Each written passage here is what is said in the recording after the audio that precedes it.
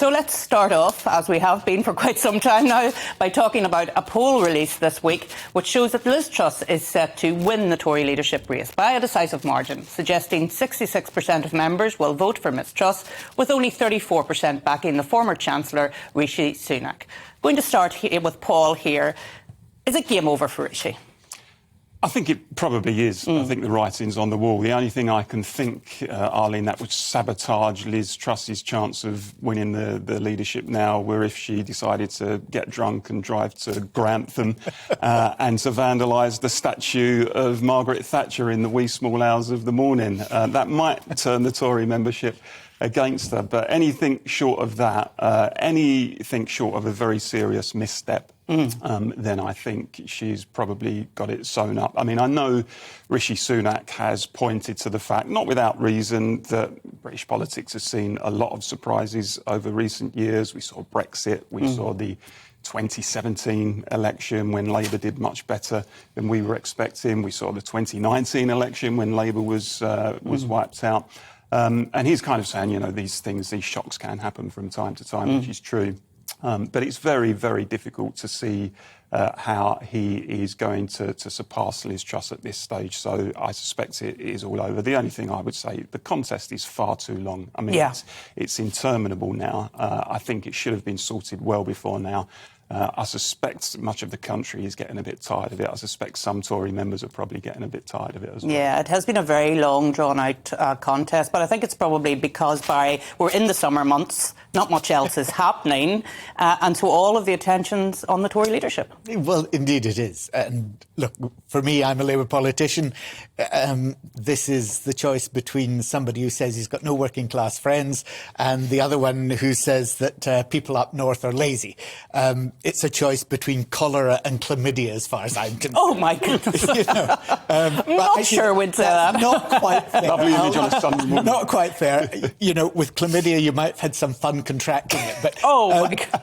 No, look, you're not going to get me to vote for either of them. Well, I didn't expect you were a Tory member now, Barry, to be fair. They wouldn't let me. But I think people in the country are looking at this and they're saying, why is it, on a serious point, why is it that 50,000 Conservative Party activists have got the right to choose our future Prime Minister? Well, because we're in a party system, of course. Well, indeed. That's what we are. But you know, it's one thing when somebody goes through a general election and the public decide which party is going to do that. But they do that in the knowledge of who is going to become the Prime Minister from that party. So I do think people are thinking, you know, this isn't exactly fair. And it's, the third time it's happened, I think, now. So I don't think it's right. And I think also people are saying, you know, all the things they're talking about are appealing to a very tiny selection of the population, and they're not addressing the really big issues that the public feel they should be addressing. And that's, I think, you know, Paul's right to say it's gone on too long. You know, maybe the Conservative government wanted it to go on long because, you know, no publicity is bad publicity.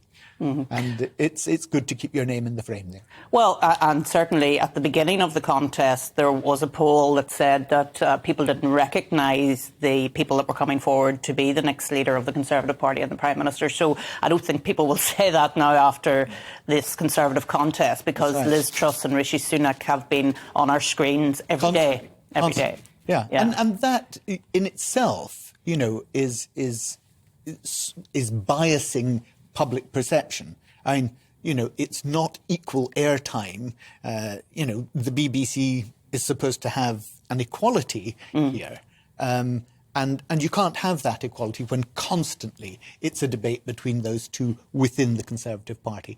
But I think the most important issue is the democratic deficit and the sense that people have of, you know, stop talking to yourselves, start talking to us, the public, about things that we want you to talk about. And some people have raised the argument that because it is so interminable, number one, and because it's being limited to the membership in terms of the vote, the membership of the Tory party, Is there an argument to say, really, it should just be the MPs who decide who the leader is? A, you would, in that situation, get it done more quickly, and B, and I'm not saying I support this argument, by the way, but I think at least it's a credible argument. Look, MPs are subject to their constituents, to the wider country, in a way that ordinary activist party members are not. Now, I know in years gone by, both major parties, including obviously the Labour Party, Barry, until 1980, I think it was, just allowed MPs to decide the leader. And I think there was an argument at the time that actually you do, as a leader who's elected by your MPs, you do have more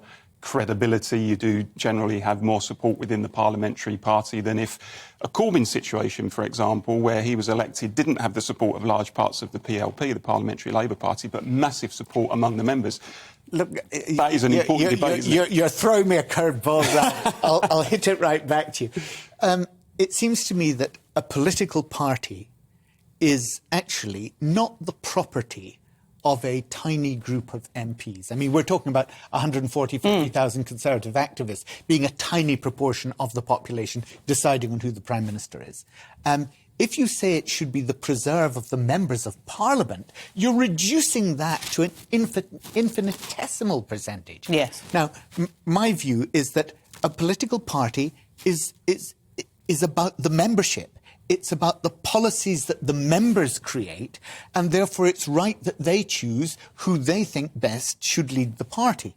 And that's why we made the change that we did. Before that, we had an electoral college system, so that, you know, it was a third the Parliamentary Labour Party, a third the unions, and a third the constituency members. But I do think you've got to say, you know, MPs do not own the party.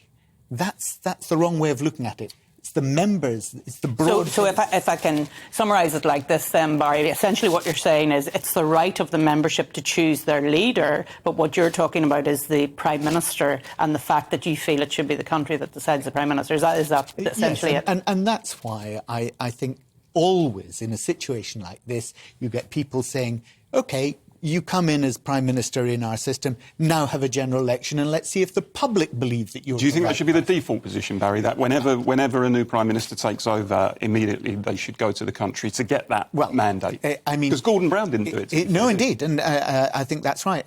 In fact, I think most of us would say Gordon made a really big strategic error in not doing that straight away. He was set to do it within 3 months. He did a brilliant 3 months. He'd cope with the floods, if you remember, in 2008. And it was a terrorist attack at Glasgow Airport. 2007, rather. Then the global financial with crisis. that. He did really, really well for those first few months.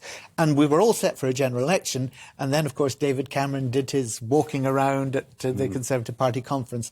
And I think Gordon just got cold feet. And I think that was a real mistake, because Gordon had been on a high and then that was called off. But I think, look, the Prime Minister of the country, we don't want a presidential system, but increasingly, I think politics has become about persona.